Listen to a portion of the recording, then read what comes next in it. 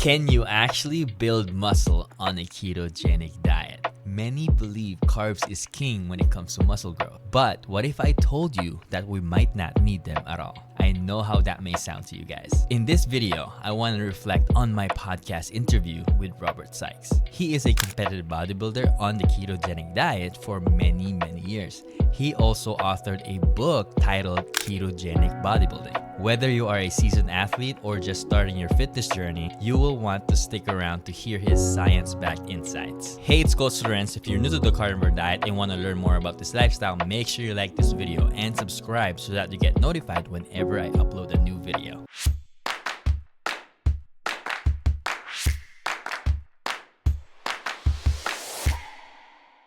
The first thing that we want to address in this video is that you need tons of carbs to build muscle. According to him, the key lies is being fat adapted. When your body efficiently uses fat for fuel, you are able to maintain energy levels even in caloric deficits. Here is Robert Sykes about this. Throughout the entirety of my prep, even when I'm at that low calorie intake, my calories are lower, I'm still hungry, but since I am fat adapted and all my energy is coming from fat, both stored and dietary, by my dietary fat staying relatively high as a percentage of total calories, I've got a pretty good degree of energy coming in at all times to be able to function at a higher rate. Whereas if you're doing traditional diets, there's times where your carbs are very low, there's times where your fat is pretty much always low, and then there's times where your protein typically stays high, but protein is not a great substrate for energy. So in traditional preps, when you're taking in 300 grams of protein, but you're low carb and low fat, like you're not really feeling optimal. And I don't have to really do that with a ketogenic approach. Keto keeps dietary fat high even during a cut. This consistent energy source supports muscle preservation while shedding fat. Next is recovery on a keto diet. According to Robert, recovery is a game changer with keto. We all know that ketones are anti-inflammatory, which means less muscle soreness and quicker recovery times. Here is Robert Sykes about this topic. Yeah, well, I think from a physical standpoint, like ketones are anti-inflammatory. Having a higher fat diet, ketogenic approach typically leads to less inflammation.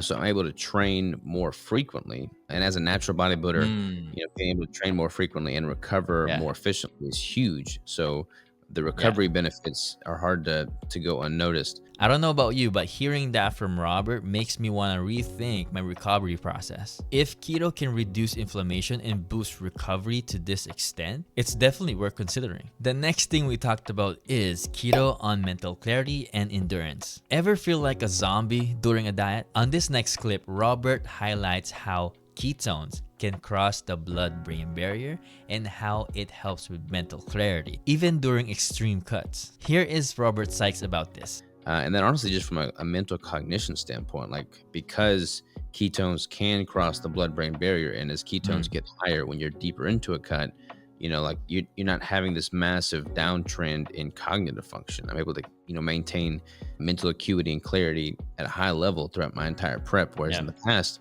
I would just be feeling like a zombie, like not able to carry on a conversation. And that's not really the case at all when you take a ketogenic approach. You talked about training more. How much more are we talking about, comparing to, when you were not on the ketogenic diet and when you did the ketogenic diet? How much more training are we talking about? My training has honestly been the same, but I recover better from my training now. And I'm typically doing like a full body routine currently. So I'm training the same muscle group every single day I train, which is, 5-6 days a week. So much more training frequency for a given body part. And I just have much shorter time to recovery. So that's been super beneficial. I could train with more frequency and with more intensity when I do train. Can we take a moment to appreciate how important this is? We all know this, dieting comes with brain fog and fatigue, but keto seems to give us an edge here. For me, mental clarity isn't just a bonus. It's actually essential for discipline and crushing your goals. Another key aspect is tapering your calories gradually. Here is Robert Sykes about this. What's the reason behind reducing caloric intake slowly? Why shouldn't people just drop their calories down to 1700 as an example? Yeah, because if you start with an automatic drop of 500 1,000 calories, you will definitely lose some weight, but then you're going to plateau because your body's just going to reset at that lower metabolic set point. And then when you keep doing that, there's not really any, like, you're going to run out of caloric runway. There's not really room to taper it further if you're having these massive aggressive calorie drops. Whereas if you drop them very slowly, and then you can kind of try and stay ahead of your metabolic adaptations, then you're going to be able to build up momentum and keep seeing progress as opposed to hitting those plateaus. Plus, you don't want to leave any caloric runway on the table, so to speak. So like if you're able to see a response by dropping 50 calories, then that's much safer than trying to drop by 500 calories. Like, you don't want to take any Right. more than you need to. Try and treat it like a minimum viable Right. dose is key. And if you're making these very small incremental adjustments week after week after week, you can make it more sustainable, which is obviously beneficial from a psychological standpoint. But Yeah. then you're also able to build up the momentum and feel confident you're not leaving any calories on the table because you are able to implement this minimum of effective dose. This is, for me, new information, right?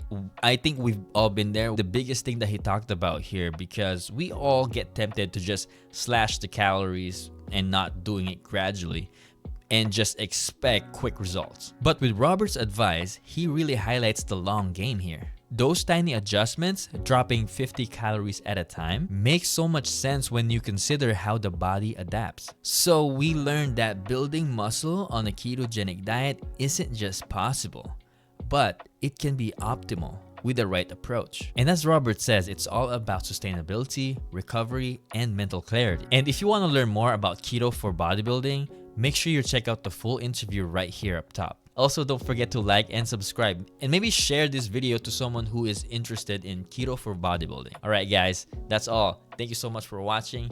Peace. I'll see you next time.